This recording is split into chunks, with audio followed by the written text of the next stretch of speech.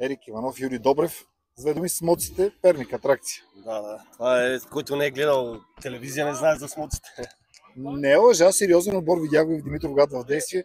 След като до 6 часа сутринта може да сте на маса, след това в 9 излизате и играете. Пълни професионалисти. Затова отбора се казва смуците. Тъкмо ще я да питам защо. Не вярвам, че е точно за това. Откъде го измислихте? Оригинално им е харесва. Кой го измисли сега това?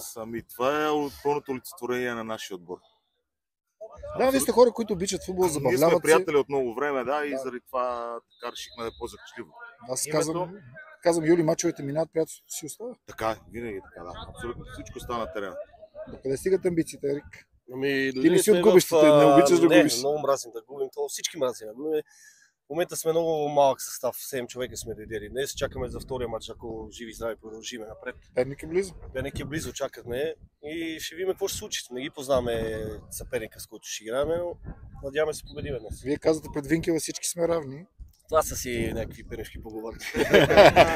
Сега сериозно, къде стигат амбициите? Вие като гледам сте доста така бивши футболисти, които не обичат да губят. Надяваме се да стигнем колкото се може по-напред. Има доста добри отбори. DXito са тук, за мен е един от фаворитите за турнира.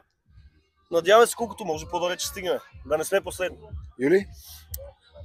Аз също се надявам да минем първата фаза и след това с по-младите момчета в помощ да ни дойдат и да покажем малко повече този турнир. Добре, успех, чакам ви на финал. Хайде. Благодаря. Благодаря.